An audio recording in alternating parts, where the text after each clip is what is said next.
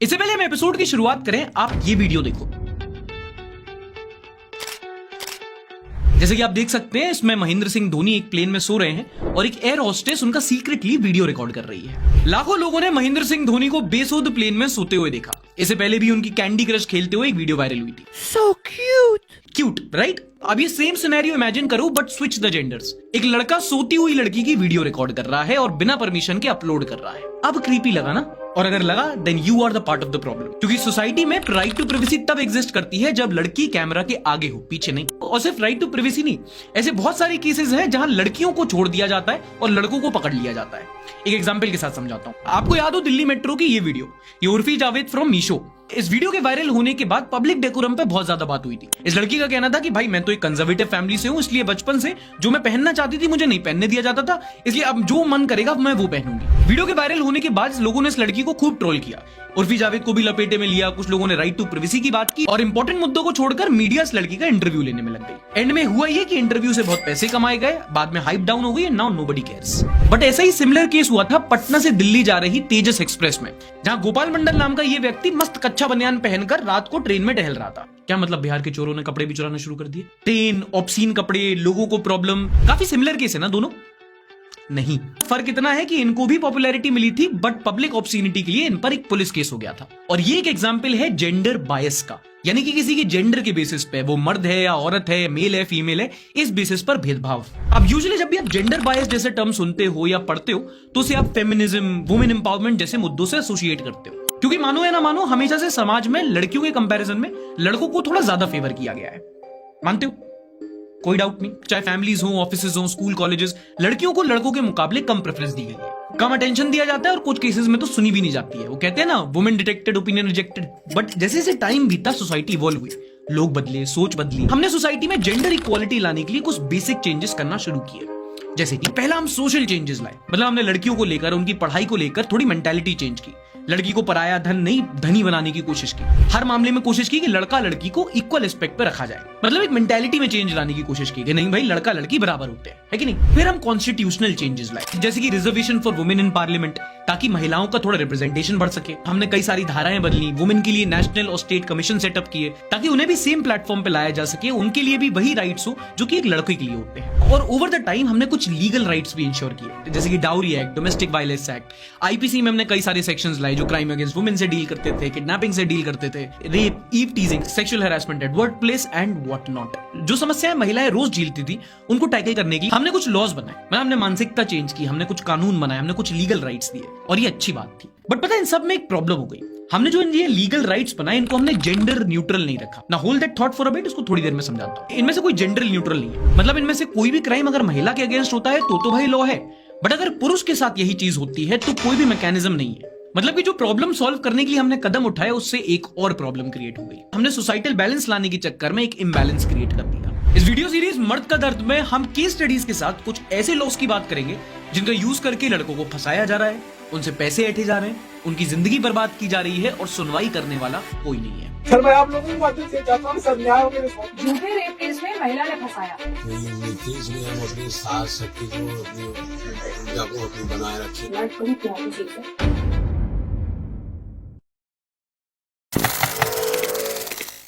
जैसे कि हमने थोड़ी देर पहले बात की, हमारे देश में से कई सारे लॉज हैं जो वुमेन को प्रोटेक्ट करने के लिए बनाए गए। वीडियो में आगे बढ़ने से पहले ये समझना जरूरी है कि ये लॉज आखिर हैं क्या और कौन से हैं। जैसे कि सेक्शन 304B, ये दहेज प्रथा को लेकर है कि अगर दहेज की डिमांड के चलते अगर लड़के का पक्ष है वो लड़की को मारता पीटता है और उसकी डेथ हो जाती है तो ये लगता है। Section 498A which covers mental और physical harassment of the women by the husband और फैमिली। सेक्शन 354 कवर करता है क्रिमिनल एक्ट्स ओवर वुमेन, मतलब कि सेक्सुअल हैरेसमेंट, स्टॉकिंग या फिर उसके इजाजत के बिना उसकी कोई प्राइवेट इमेजेस ले लेना। Section 375 deals with rape and section 376 deals with punishment of rape. इसके अलावा कई सारे एक्ट्स भी हैं, जैसे कि sexual harassment of women at work place act 2013, 498A, protection of women against domestic violence act 2005, dowry protection act 1961, indecent representation of women act 1986 कि अगर कहीं पिक्चर चल रही हो और एक गलत रिप्रेजेंटेशन है महिला का तो ये एक्ट लगता है, और इमोरल ट्रैफिक प्रिवेंशन एक्ट 1956। इससे पहले वीडियो में आगे बढ़ूं, आपको 2023 से 2012 में ले जाना थोड़ा जरूरी है, क्योंकि ये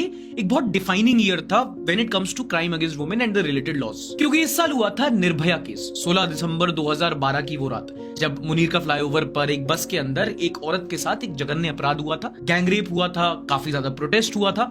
और ये एक ऐसा पॉइंट था जब पूरा देश, जो क्राइम अगेंस्ट वुमेन है देश में और जो रेप्स होते हैं, इसके खिलाफ एक साथ आवाज उठाकर खड़ा हुआ था। देश भर में वुमेन सेफ्टी को लेकर प्रॉपर लॉज नहीं है, इसको लेकर भारी प्रोटेस्ट हुए थे। इन प्रोटेस्ट के बाद दिसंबर 2012 में एक जुडिशियल कमेटी बिठाई गई थी to amend the existing laws जो सेक्सुअल ऑफेंडर्स को पनिश करने के लिए बनाए गए थे। और फिर 2013 में आया क्रिमिनल लॉ अमेंडमेंट ऑर्डिनेंस, जिसके तहत कई सारे आईपीसी के अंडर लॉज थे, उनको अमेंड किया जाना था। जैसे कि 326A और 326B लाए गए, जो डील करता है एसिड अटैक और उनकी पनिशमेंट को लेकर। इसके अलावा लाए गए 354A, B, C and D, which only protects women from crimes like stalking, sexual harassment, voyeurism and with an act to disrobe a woman। और इसके अलावा 0 FIR को मैंडेटरी कर दिया गया, जिसका बेसिकली मायना ये था कि अगर पुलिस वाले को पता भी है कि भाई ये मोटिवेटेड और फॉल्स केस है, उसको फिर भी एक FIR दर्ज करनी पड़ेगी, नो एविडेंस और नो मेडिकल रिक्वायर्ड। अब देखा जाए तो ये एक जरूरी कदम था, क्योंकि उस टाइम पे आउटरीच बहुत ज्यादा था, क्राइम अगेंस्ट वुमेन कंसिस्टेंटली बढ़ रहे थे और देश में क्राइम अगेंस्ट वुमेन की हालत सही में ज्यादा खराब है।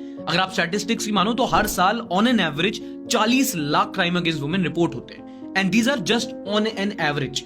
और रिपोर्ट होते भी एक कीवर्ड है, क्योंकि ये माना जाता है कि भाई 100 में से 99 केसेस तो रिपोर्ट भी नहीं होते, एक है जो रिपोर्ट किया जाता है। एनसीआरबी की रिपोर्ट के मुताबिक 2021 में क्राइम अगेंस्ट वुमेन 15% से बढ़े। इस रिपोर्ट में बताया गया कि जितने भी केसेस दर्ज होते हैं, ऐसे में लगभग 31% वो होते हैं जो क्रूएलिटी बाय हस्बैंड और रिलेटिव होते हैं, मतलब वो महिलाएं जिनके साथ उनके ससुराल में ही अत्याचार हो रहा है। अब ये बहुत इंपॉर्टेंट है, क्योंकि ये 99% ऐसे केसेस रिपोर्ट भी नहीं होते, जो आप देख रहे हो जस्ट 1% ऑफ द केस है। तो ग्राउंड पे हालत कितनी खराब होगी ये आप सोच सकते हो। अब ये रिपोर्ट क्यों नहीं होते, ये समझने के बस आपको आसपास देखने की जरूरत है। भाई कभी कभी बोल दिया जाता है कि अरे समाज में कितनी नाक कटेगी, मत बोलो, पत्नी धर्म निभाओ अपना, या ये भी बोल दिया जाता है कि भाई आपस में ही सलाह मशवरा करके चुप करा दिया जाता है लड़की को। अब ये तो हो गई स्टैटिस्टिक्स की बात, बट मेन प्रॉब्लम ये है कि ये जो लॉज हैं ये जेंडर न्यूट्रल नहीं, मतलब कि ये दोनों जेंडर्स को उतनी इक्वालिटी से ट्रीट नहीं करते। अगर आप बाय डेफिनेशन जाएं तो रेप का जो है वो सिर्फ एक आदमी औरत के साथ कर सकता है, आदमी आदमी के साथ नहीं, औरत आदमी के साथ नहीं कर सकती। इनफैक्ट डेफिनेशन में आदमी का रेप हो सकता है तो माना ही नहीं जाता। डोमेस्टिक वायलेंस, घरेलू हिंसा, सिर्फ पति पत्नी के साथ कर सकता है, पत्नी पति की मारपीट कर सकती है, इसका कोई प्रावधान ही नहीं है। फॉर एग्जाम्पल रेप की डेफिनेशन देखिए, penetrates penis, inserts any object, manipulates, applies mouth to the vagina, but सब कुछ है if a man is said to commit rape. मतलब यहां पर अ पर्सन नहीं, a man is said to commit a rape if he with her consent against her consent. मतलब आपने पहले डिसाइड करके रख लिया कि जो परपेट्रेटर है वो मेल होगा और जो विक्टिम होगी वो फीमेल होगी, बाकी कोई ऑप्शन ही नहीं है। इस लॉ में एक existing and might as well से इंक्रीजिंग प्रॉब्लम को एक्नॉलेज ही नहीं किया गया। मतलब मर्द भी उसी क्राइम का शिकार हो सकते हैं जिस क्राइम का शिकार औरत होती है, इसको एक्नॉलेज तक नहीं किया गया है। डोमेस्टिक वायलेंस एक्ट में देखते हैं, an aggrieved person means any woman who is or has been in a domestic relationship with the respondent and who alleges to have been subjected to any of domestic violence by the respondent। अगर यहाँ person लिखा भी है तो बाद में बता दिया कि जो पर्सन है वो महिला ही होगी, she her, और गलती इनकी भी नहीं है। हमारा समाज ट्यून ही ऐसे किया गया है कि भाई लड़का लड़की से पिट ही नहीं सकता, और अगर ऐसा केस सामने आ भी गया तो समाज पहले सूली पे चढ़ा देगा, बेइज्जती कर करके कि कैसा आदमी है, रो रहा है, कैसा आदमी है, लड़की से पिट गया, कैसा आदमी है, अपनी औरत को नहीं संभाल पाता। जॉनी डेप का केस तो आपको याद है। एक और केस में प्रॉब्लम ये है कि ये नॉन बेलेबल है। 0 FIR में पहले आप गिल्टी मान लिए जाते हो, सोसाइटी आपको डिसोन कर देगी, लोग आपकी बात नहीं मानेंगे। लॉ एंड ऑर्डर पहले आपको गिल्टी मान लेगा and the onus of proof then lies on you. लड़की का क्लेम कितना भी अब्सर्ड हो, FIR लिखनी पड़ती है, और एक बार FIR लॉन्च होती है फिर भाई पुलिस को भी कार्रवाई करनी पड़ती है। मिसाल के तौर पर आप इस केस को देखिए, दिल्ली के हाई कोर्ट के इस मामले में एक लड़की ने 2 लड़कों के ऊपर फेक गैंगरेप एलिगेशंस लगाए और हियरिंग के टाइम पे अपने बात से मुकर गई और कहा कि भाई हमें सेक्सुअल असॉल्ट किया ही नहीं गया। और तो उन्होंने ये भी बोला कि जिस पुलिस स्टेशन में FIR लिखाई थी अगले दिन एक लेटर लिखाया और बोला कि भाई ये केस फॉल्स है, इसका कोई मतलब नहीं बनता। इस केस पर हाई कोर्ट ने भी कहा था कि भाई साफ है कि लड़की ने फॉल्स कंप्लेंट करी ताकि लड़कों को सबक सिखाया जा सके, सबक सिखा सके, और किस चीज का, उसे घर ड्रॉप ना करने का। अब यहाँ प्रॉब्लम आती है अकाउंटेबिलिटी की। एक बार रेप का केस जब लगा दिया जाता है तब आदमी सोसाइटी में बहुत शोषण होता है उसका, और उसको बहुत ज्यादा कहते हैं ना सामाजिक प्रताड़ना से गूंजना पड़ता है। समाज में उसकी कितनी बेइज्जती होती है, उसको उसकी नौकरी से निकाल दिया जाता है, इज्जत नहीं मिलती, परिवार वाले बात नहीं करते, मोहल्ले वाले बेदखल कर देते हैं, और बाद में जब साबित होता है कि एक फॉल्स रेप केस है तो लड़की के खिलाफ कोई एक्शन नहीं लिया जाता। क्या आपको नहीं लगता कि अगर फॉल्स रेप केस हो तो फिर बाद में लड़की के खिलाफ भी कार्रवाई की जानी चाहिए, डैमेजेस उससे मांगे जाने चाहिए? जो लड़का पक्ष की मानहानि हुई है, उनकी जो समाज में तू हुई है, उनको जो कीमत चुकानी पड़ी है उसका जवाब कौन देगा? और ऐसे कई सारे एग्जाम्पल्स हैं। एक लड़की ने 4 लड़कों के खिलाफ गैंगरेप का केस किया था। इन्वेस्टिगेशन हुआ तो पता चला फेक है। तब इलाहाबाद हाईकोर्ट ने उस पर 10,000 रुपए का जुर्माना लगाया। एक और केस सुनो, लड़के पर रेप केस दर्ज हुआ, उसने 20 साल जेल में बिताई और 20 साल बाद जजमेंट आया कि वो बंदा इनोसेंट था, उस पर फेक केस किया गया था। अब आप ही बताओ, उस लड़की के 20 साल जो बर्बाद हुए उसकी जवाबदेही कौन देगा? और अगर फेक केस हुआ था तो क्या लड़की पे कोई कार्रवाई नहीं होनी चाहिए थी? और ऐसे केसेस ना भरे पड़े हैं। अब आए दिन इंटरनेट पर सुनते होगे कि लड़का लड़की फेसबुक पर मिले, देर रात तक चैट्स हुई, फिर एक दिन जाकर ओयो गए और वहां जाकर दुष्कर्म हुआ। अब आप ये मत पूछना कि रात को ओयो क्यों गए थे, वो नहीं पूछ सकते। शादी का झांसा देकर दुष्कर्म किया। एक और अच्छा टेम्पलेट है, होटल में ले गए, नशीले पदार्थ पिलाकर दुष्कर्म किया, सालों तक किया, अलग अलग होटल में जाकर किया। You are suppose to believe it, police is suppose to file an FIR।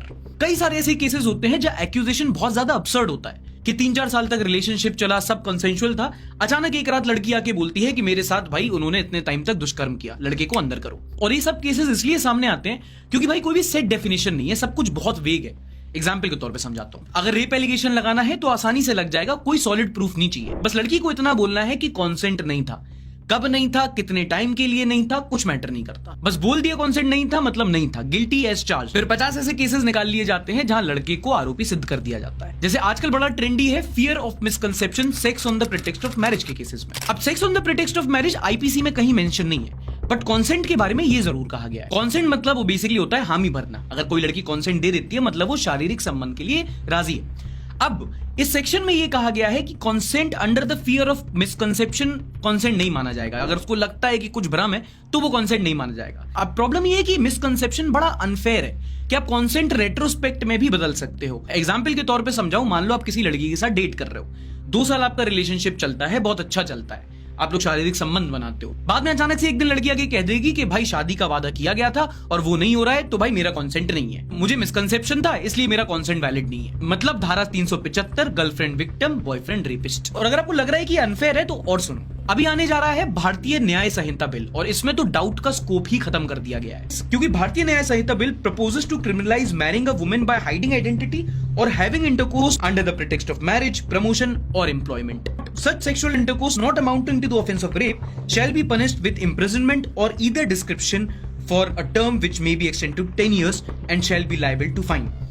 मतलब इसमें फॉल्स प्रॉमिस ऑफ एम्प्लॉयमेंट और promotion, inducement of marriage after suppressing identity को डिसीटफुल मींस बताया गया है। मतलब कि अब लड़की जाके कुछ भी बोल सकती है कि भाई प्रमोशन का वादा था, इसने नाम नहीं बताया, इसने ये झूठ बोला, और चाहे उसको रेप ना मानते हो बट किसी लड़के की जिंदगी के 10 साल बर्बाद करने के लिए काफी है। लॉ बहुत ज्यादा स्ट्रिक्ट है और इसी बात का फायदा उठाकर लड़कों को धमकाया जाता है, उनसे पैसे ऐंठे जाते हैं। कुछ टाइम पहले एक केस सामने आया था जहां एक लड़की डेटिंग ऐप पर एक्सटॉर्शन रैकेट चला रही थी।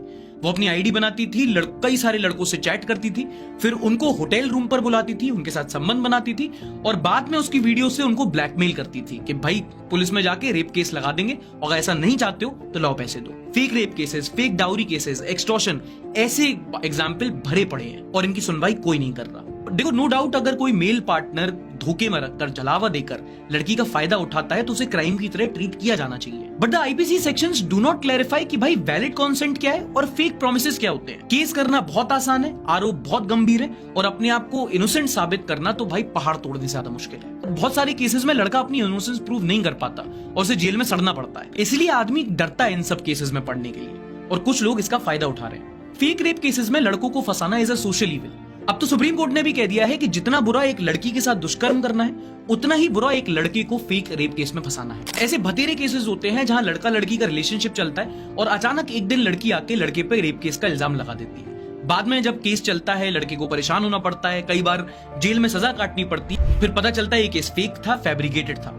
और इन केसेस की तादाद इतनी बढ़ गई है कि अब तो कोर्ट्स को भी आके बोलना पड़ रहा है कि अगर आपका रिलेशनशिप किसी भी कारण से नहीं चल पाता है तो आप उसको रेप नहीं बोल सकते। इस प्रॉब्लम से भोले भाले लड़कों की जिंदगी तो बर्बाद हो ही रही है, बट पता सबसे ज्यादा कौन सफर कर रहा है? वो लड़कियां जो असल में बलात्कार जैसे गंभीर अपराध का शिकार होती हैं। और ये मैंने सुप्रीम कोर्ट ने बोला है कि अगर आप हर फील्ड रिलेशनशिप को रेप घोषित करने लगोगे तो जो जेन्युइन केसेस हैं उनकी सीरियसनेस खत्म होती है। इस वीडियो को बनाने के पीछे हमारा मकसद साफ है। हम ये नहीं बोल रहे हैं कि सारे रेप केसेस फेक है, ज्यादातर उनमें से जेन्युइन होते हैं। क्राइम अगेंस्ट वुमेन हमारे देश में एक बहुत बड़ा मुद्दा है। हम बस ये बोल रहे हैं कि जो उससे रिलेटेड कानून है उसका कुछ लोग गलत फायदा उठा रहे हैं, कई लोगों की जिंदगी बर्बाद हो रही है और ये प्रॉब्लम बढ़ती चली जा रही है और किसी को तो उसके बारे में आवाज उठानी पड़ेगी। अगर आप हमारी बात से सहमत हो, हमारी मदद करना चाहते हो तो इस वीडियो को एक बार शेयर करो, ज्यादा से ज्यादा लोगों तक ये बात पहुंचाओ, क्योंकि जितने लोग इसके बारे में बात करेंगे ये मुद्दा उतनी ही नजर में आएगा। इस वीडियो सीरीज के अगले कुछ एपिसोड्स में हम ऐसे ही और मुद्दों पर बात करेंगे, तो चैनल को सब्सक्राइब करना बिल्कुल मत भूलना। इस वीडियो में ज्यादातर आर्टिकल्स हमने वॉइस फॉर मेन इंडिया नाम की एक वेबसाइट से लिया है। ये एक एनजीओ है जो देश में जेंडर न्यूट्रल लॉज लाने के लिए एक बहुत सराहनीय काम कर रहा है। इनकी वेबसाइट पर आप जाओगे तो आपको कई सारे ऐसे आर्टिकल्स, कई सारे ऐसे केसेस के एग्जांपल मिल जाएंगे जहां लड़कों पर झूठा आरोप लगाया गया है और कोर्ट्स ने उनके बारे में क्या जजमेंट दिया है। आप वॉइस फॉर मेन इंडिया की वेबसाइट पर जा सकते हैं, उनका काम देख सकते हैं, अच्छा लगा तो उनको डोनेट भी कर सकते हैं। लिंक मैंने डिस्क्रिप्शन में दे रखा है। मैं मिलूंगा आपसे अगली वीडियो में, तब तक के लिए बहुत बहुत शुक्रिया।